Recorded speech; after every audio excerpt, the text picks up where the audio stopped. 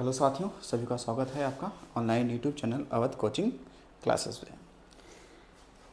SSC GD की जो PYQ की श्रृंखला है वो कंटिन्यू आप देख रहे हैं और कंटिन्यू आपको मिल रहा है। तो आई होप की तैयारी आपकी बेहतर चल रही होगी, ठीक है, और आप सब अच्छे होंगे। तो देखिए, आज हम लोग 23 जनवरी 2023 के क्वेश्चनों को सॉल्व करेंगे। और कौन सी शिफ्ट होगी आपकी? शिफ्ट होगी कौन सी? थर्ड। कौन सी होगी? थर्ड होगी। तो चलिए देखते हैं आज का पहला क्वेश्चन हमारा क्या कह रहा है। देखिए, पहला क्वेश्चन हमारा है कि निम्नलिखित में से कौन हिंद महासागर का विस्तार है? अरब सागर, पीला सागर, कैरेबियन सागर या अरल सागर? देखिए, जो अरब सागर है ये किसका पार्ट है? ये पार्ट है आपका हिंद महासागर का। देखो, जो बंगाल की खाड़ी है, ठीक है, या फिर अरब सागर है, या फिर हम कह लें कि आप जो भी मन्नार की खाड़ी है, ठीक है, या पाक की खाड़ी है, ये सभी किसके पार्ट हैं? ये सभी पार्ट हैं हिंद महासागर के। और हिंद महासागर आपने पढ़ा है कि ये तीसरा सबसे क्या है? बड़ा। तीसरा सबसे बड़ा ये क्या है? महासागर है। और इसको हम लोग अर्ध महासागर कहते हैं। क्या कहते हैं? अर्ध महासागर कहते हैं। देखिए, जो आपका ये हिंद महासागर है ये क्या है? थर्ड, ठीक है। किस नंबर का? तो बताएंगे कि ये थर्ड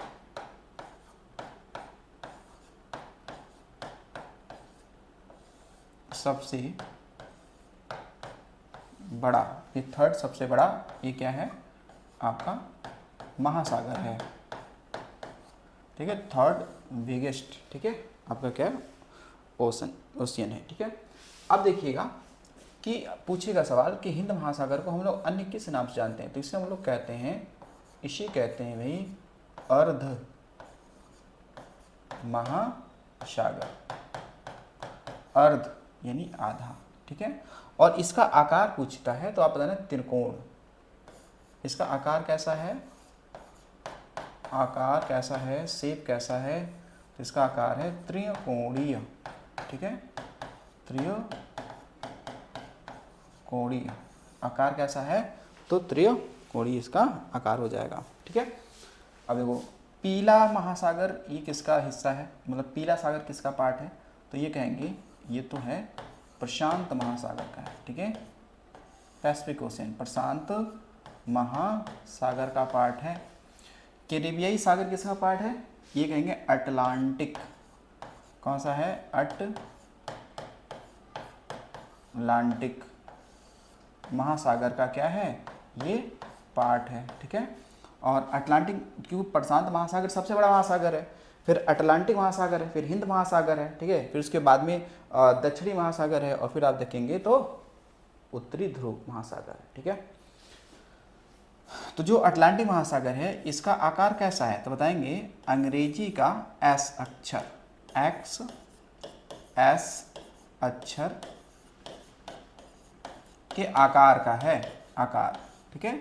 और अटलांटिक महासागर को हम लोग कहते हैं क्या? इसे कहते हैं अंध महासागर। क्या कहते हैं? अंध महासागर। जैसे अफ्रीका को हम लोग क्या कहते हैं? अफ्रीका को कहते हैं अंध महाद्वीप, ठीक है। वैसे ही कैसे से अंध महासागर कहते हैं, ठीक है। अच्छा, अरल सागर की बात करें, देखो अरल सागर तो ये तो दो देशों के बीच में है, लेकिन वो दो देश हैं कौन से? एक देश है कौन सा आपका? उज्बेकिस्तान, ठीक है, उज्बेकिस्तान। व एक आपका हो जाएगा कजाकिस्तान, ठीक है। एक कौन सा हो जाएगा? कजाकिस्तान। तो उज्बेकिस्तान व कजाकिस्तान के बीच में आपका कौन सा है? अरल सागर है, ठीक है। कौन सा है? अरल सागर है। ये चीज़ आप ध्यान रखिए, ठीक है। तो चले अगले क्वेश्चन पर। तो देखिए, अगला क्वेश्चन हमारा क्या है? अगला क्वेश्चन है कि डैश डैश शहरों में जल स्रोतों के संरक्षण तथा उपयोग किए गए पानी को दोबारा उपयोग करने व उसे पुनर्चक्रण करने, सीवर और गंदे पानी के प्रबंधन, जलपूर्ति के दायरे तथा पानी की गुणवत्ता व मात्रा के बारे में प्रदान की जाने वाली सेवाओं का मूल्यांकन किया जा सकने के लिए है। आयुष्मान भारत, पेयजल संरक्षण, इंद्रधनुष योजना, नमामि गंगे। भाई इतना बड़ा सा दे दिया है तो इससे हमें समझ में आ जाना चाहिए कि ये किसके लिए है, ठीक है। अब देखिए आयुष्मान भारत तो है ही नहीं भाई, इसमें तो कार्ड बंटता था ना जिसमें आपका बीमा मिलता था, ठीक है, प्रति परिवार को, ठीक है। ये तो नहीं है, इंद्रधनुष भी नहीं है, नमामि गंगे तो गंगा नदी को सफाई के लिए आया था, ठीक है। तो ये कौन सा हो जाएगा, पेयजल सर्वेक्षण। कौन सा हो जाएगा, पेयजल सर्वेक्षण। आधुनिक आवर्त सारणी में कितने तत्व हैं? देखो ये क्वेश्चन आ गया ना आपके सामने, कितने तत्व हैं? आपने पिछले वीडियो में शायद पढ़ा भी था कि टोटल कितने हैं, 124, 118, 102, 106। तो आधुनिक जो आवर्त सारणी है यानी कुल मिला के ये मोजले की आवर्त सारणी की बात कर रहा है जो 1913 में दिया गया था, ठीक है। उसमें टोटल तत्वों की संख्या कितनी है, 118, ठीक है। मेंडलीफ वाले में बताओ, मेंडलीफ वाले में कितने तत्व थे, 63 थे ना। और न्यूलैंड का अष्टक नियम जो दिया था, जो न्यूलैंड थे, न्यूलैंड उनके में कितना था, 56। कितने थे, 56। कितने थे, 56, ठीक है। और 1817 में डॉवे राइनर ने त्रिक नियम दिया था, 3-3 का पेयर बना के। भारतीय प्रतिभूत और विनिमय बोर्ड सेबी की पहली महिला प्रमुख कौन बनी है, बताओ जरा। ये बड़ी चर्चा में सवाल था कि इसकी पहली महिला कौन बनी है प्रमुख। मंजरी जरूहर, गीता गोपीनाथ, माधवीपुरी बुच, सामंथा क्रिस्टोफोरेटी। तो ये चर्चा में सवाल था, किसकी बनी थी, कौन, माधवीपुरी बुच, ठीक है। यानी कि security exchange board of India, ठीक है, security exchange board of India. तो सेबी कहेंगे जब इसका अगर एक पूछेगा कि इसका एक्ट कब आया, तो जब एक्ट की बात करेगा तो एक्ट आया था आपका, देखो 12 अप्रैल 1992 में आया था, जबकि इसकी स्थापना पहले हो चुकी थी, यानी सेबी की स्थापना पहले हो चुकी थी, यानी 1988 में ही हो गई थी, ठीक है। और सेबी के वर्तमान में जो अध्यक्ष हैं वो कौन है, तो वो हैं माधवीपुरी बुच, ठीक है, माधवीपुरी बुच।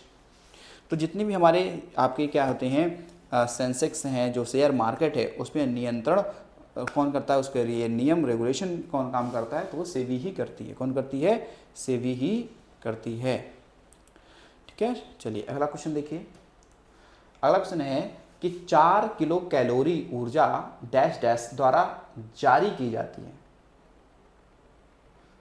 अच्छा, इनका कहने का मतलब ये है कि बताइए अगर हमें 4 कैलोरी ऊर्जा प्राप्त करना है तो इनमें से क्या चीज़ हमें लेना चाहिए, ठीक है, क्या चीज़ लेना चाहिए।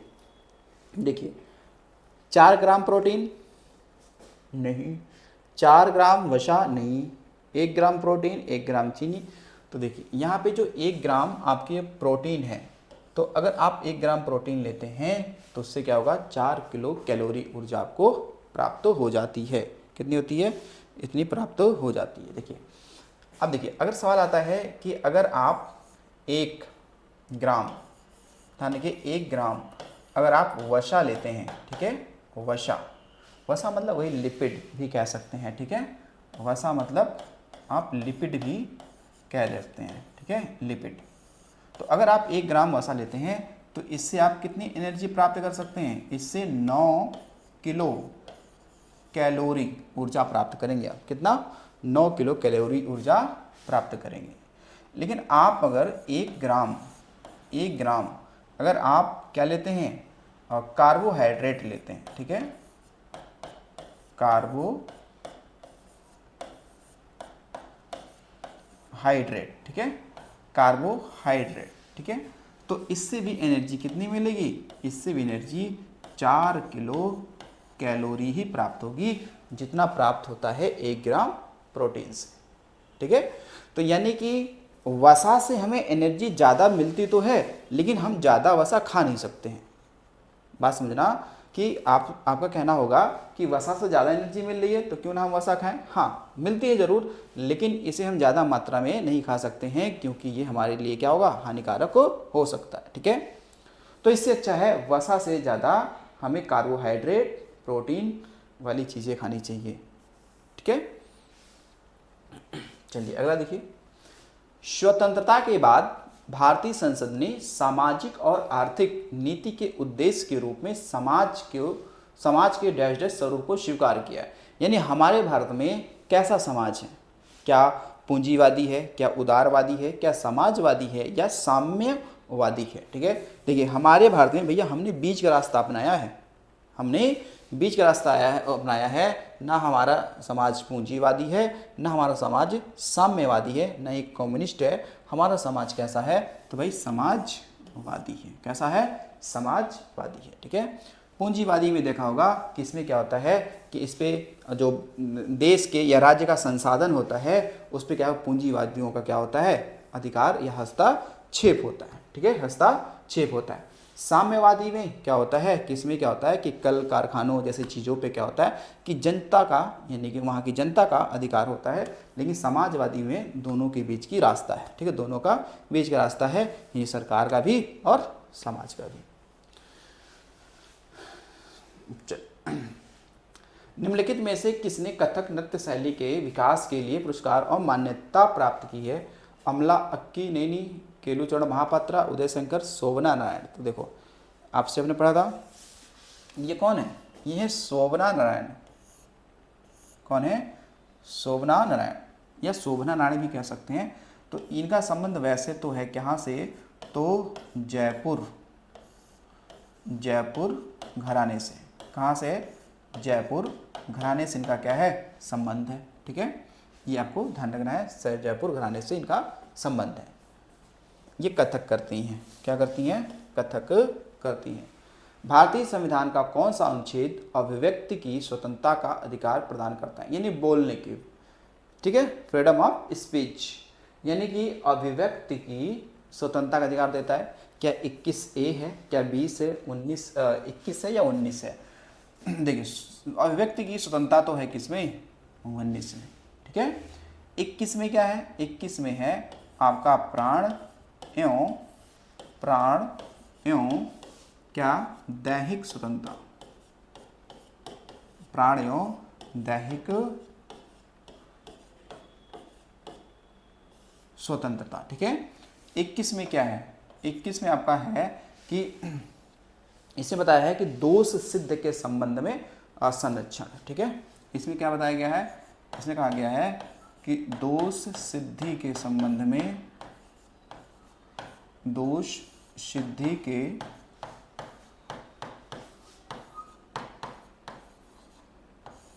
संबंध में संरक्षण, ये बताया गया। बाकी इसमें तो शिक्षा का अधिकार बताया गया है। क्या बताया गया, शिक्षा का अधिकार। ये सभी आपके मूल अधिकार हैं। ये सभी क्या हैं, ये सभी मूल अधिकार आपके हो जाते हैं। ठीक है, चलिए अगला देखिए। अगला है कि निम्नलिखित में से कौन सा राज्य 83वीं राष्ट्रीय टेबल टेनिस चैंपियनशिप 2022 का मेजबान था? उत्तर प्रदेश, मेघालय, असम, मणिपुर। तो इसमें कौन सा हो जाएगा, इसमें उत्तर प्रदेश, मेघालय, असम। 83वीं राष्ट्रीय टेबल टेनिस चैंपियनशिप 2022 का मेजबानी किसने किया है? तो क्या इसमें मेघालय ने किया है क्या? तो बताएंगे इसमें मेघालय ने किया है। किसने किया है? मेघालय ने किया है। ठीक है, अब देखिएगा यहाँ पे आपके कई कुछ नाम ऐसे हैं जो आपको जानने पड़ेंगे कि भाई टेबल टेनिस से कुछ लोग हमारे क्या हैं, जुड़े हुए हैं। ठीक है, टेबल टेनिस के क्या हैं, कुछ हमारे क्या हैं, खिलाड़ी हैं। ठीक है, जैसे देखो एक है मानिका बत्रा जो कि दिल्ली के हैं ये। ठीक है, दूसरा नाम है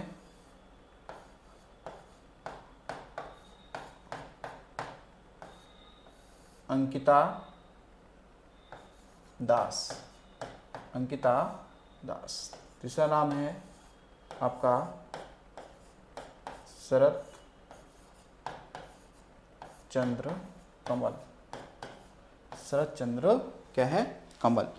ठीक है, ये नाम आपका हो जाएगा। ठीक है, साथियान ज्ञान शेखरन भी हो जाएगा। नेहा अग्रवाल, ठीक है, चौथा नाम क्या है, नेहा अग्रवाल, नेहा अग्रवाल, ठीक है। पांचवा आपका हो जाएगा साथियान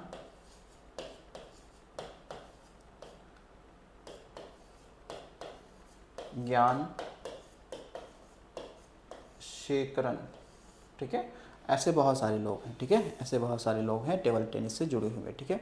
अच्छा, एक चीज़ ध्यान रखिएगा, मुझे लग रहा है कि पिछले वीडियो में जो पिछली आपकी क्लास थी उसमें मैंने बाय मिस्टेक हमें लग रहा कि वो टेनिस से संबंधित खिलाड़ी मैंने बता दिए थे। यहाँ पर अंकिता रैना वहाँ पे लिख दिया था और शरद चंद्र कमल।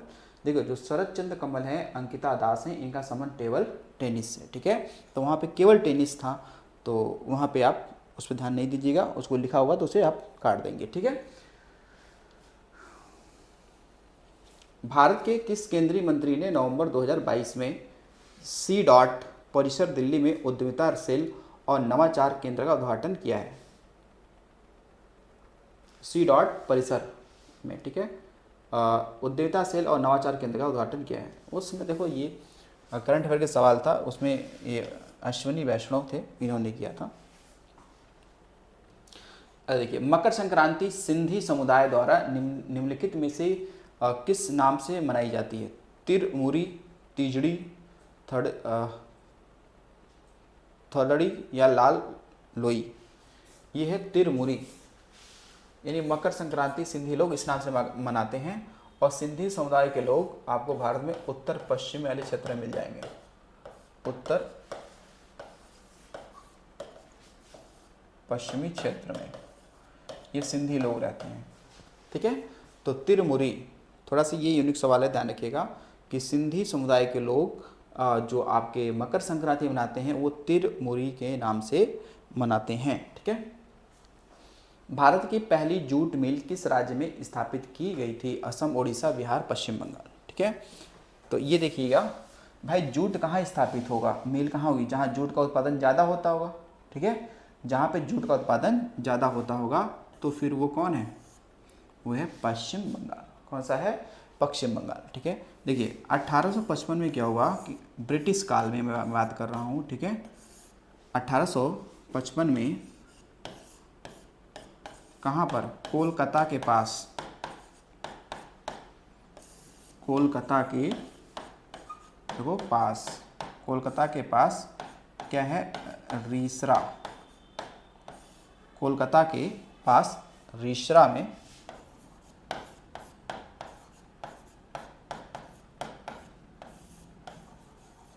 पहली जूट मिल खुली थी, मिल खुली थी। हालांकि बाद में भी 1917 में जो आपके सेठ हुकुम चंद थे उन्होंने भी खोला था, ठीक है, 1917 में, ठीक है। तो वो एक भारतीय पर्पज, मतलब भारतीय थी, उन्होंने खोला था, ठीक है। हालांकि अगर देखा जाए तो 1917 में एक खुला था, 1917 में कौन? तो सेठ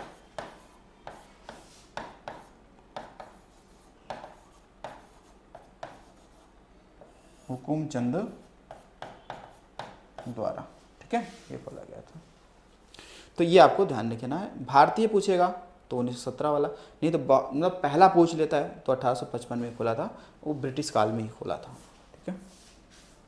क्या देखिएगा, अगला है कि एक वर्ष में उत्पादित डैश डैश वस्तुओं और सेवाओं का कुल मूल्य राष्ट्रीय आय को निरूपित करता है, ठीक है।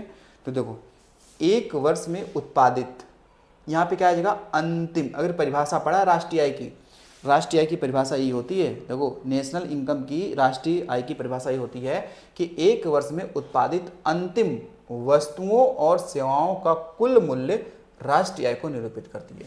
तो ये परिभाषा आप याद रख लो, ये परिभाषा आपको याद करना पड़ेगा, ठीक है ना। ये सवाल आपको एक मिलेगा, ठीक है। क्या परिभाषा याद करना पड़ेगा? किसका? राष्ट्रीय आय की। किसकी आय? किसकी? देखो, राष्ट्रीय आय। तो राष्ट्रीय आय की परिभाषा क्या है कि एक वर्ष में क्या है?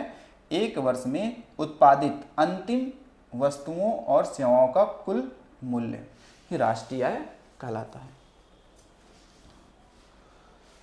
डैश डैश के एक प्रसिद्ध आदिवासी नेता वीर लखन नायक ने भारत छोड़ो आंदोलन में भाग लिया और 1943 में अंग्रेजों द्वारा उन्हें फांसी दे दी गई। अंग्रेजों द्वारा क्या की गई, उनको फांसी दी गई। नाम क्या है इनका बताओ। 14 नंबर आपसे पूछ रहा है। तो मतलब किस राज्य की ये हैं? वीर लखन नायक। तो वीर लखन नायक उड़ीसा बिहार संयुक्त प्रांत, यानी संयुक्त प्रांत मतलब यूपी की बात कर रहा है, ठीक है ना। संयुक्त प्रांत का मतलब क्या कर रहा है, यूपी। तो ये थे कहाँ के, उड़ीसा के। कहाँ के थे भैया, ये थे हमारे उड़ीसा के, ठीक है, उड़ीसा के ये थे। तो एक जनजाति होती है भूइयाँ जनजाति, खासकर उस समुदाय से क्या थे, संबंधित थे।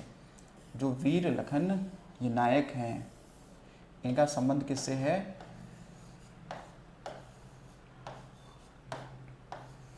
तो भूइयाँ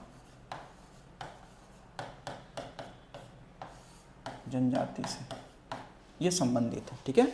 भूइयाँ जनजाति से क्या है, ये संबंधित है। अगला देखिए, कबड्डी के खेल में एक समय में प्रत्येक पक्ष से कितने खिलाड़ी को मैदान में खेलने की अनुमति होती है, एक पक्ष से, ठीक है। तो हमने पढ़ा है ना कि भाई 7 ही तो होते हैं। कितने होते हैं भाई, 7 ही लोग तो जाते हैं ना एक पक्ष से। और देखिए, जो कबड्डी का जो समय होता है, कबड्डी का जो समय होता है, समय जो होता है वो होता है कुल मिला के भाई 40 मिनट का। कितने मिनट का होता है, 40 मिनट का समय होता है। और ये 2 टुकड़ों में बटा होता है, ठीक है, 20-20 मिनट का, 20-20 मिनट का ये बटा होता है, ठीक है। जो अंतर्राष्ट्रीय कबड्डी फेडरेशन है, इसकी स्थापना 2000 मुझे लग रहा है कि 4 में हुई थी। हाँ, ये कहते हैं कि जो आपका अंतर्राष्ट्रीय कबड्डी फेडरेशन है, अंतर्राष्ट्रीय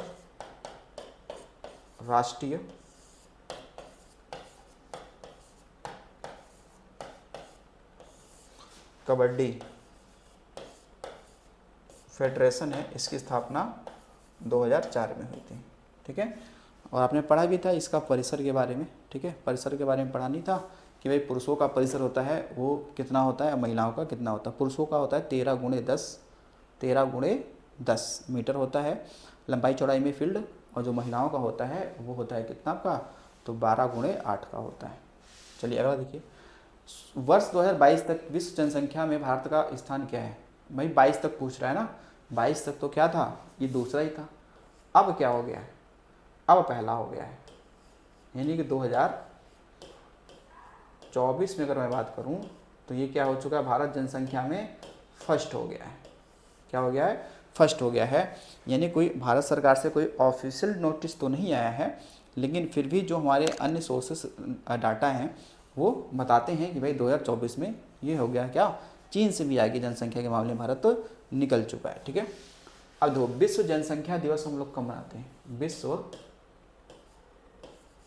जनसंख्या दिवस कब मनाते हैं, तो 11 जुलाई को। कब मनाते हैं, मनाते हैं 11 जुलाई को। अब मनाता कौन है, कौन मनाएगा, एक संस्था है UNDP, United Nation Development Programme. कौन सा है, यूनाइटेड नेशन डेवलपमेंट प्रोग्राम, ये कराता है, ठीक है।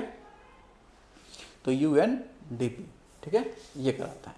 भाई जनसंख्या नीति पहले कब आई थी, यानी कि अब देखोगे जनसंख्या नीति अगर पूछता है, ये जनसंख्या नीति जो पहली वाली आई थी, ये आई थी 1976 में, यानी फर्स्ट।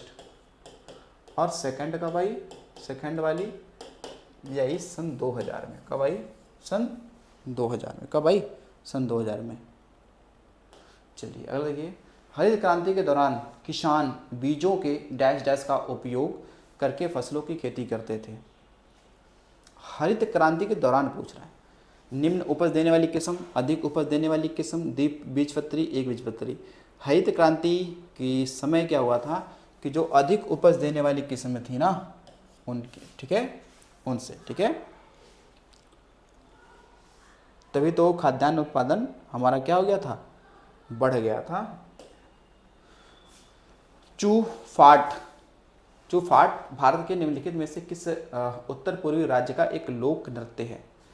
अरुणाचल प्रदेश, नागालैंड, असम या सिक्किम, या सिक्किम। तो ये कहाँ का होना चाहिए, ये लोक नृत्य है ना, हाँ ठीक है, लोक नृत्य है तो ये सिक्किम का है। कहाँ का है, सिक्किम का है। कहाँ का है, सिक्किम का। क्योंकि सिक्किम में आप देखेंगे तो यहाँ पर एक सागा दावा पर्व मनाया जाता है और यहाँ पे एक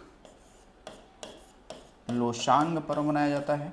ठीक है, लोशांग पर्व। ठीक है, तो सिक्किम भारत का पहला राज्य है जो पूर्ण रूप से जैविक खेती करने वाला राज्य बन चुका है। ठीक है, और जनसंख्या की दृष्टि से सबसे छोटा राज्य है। कौन सा, सिक्किम।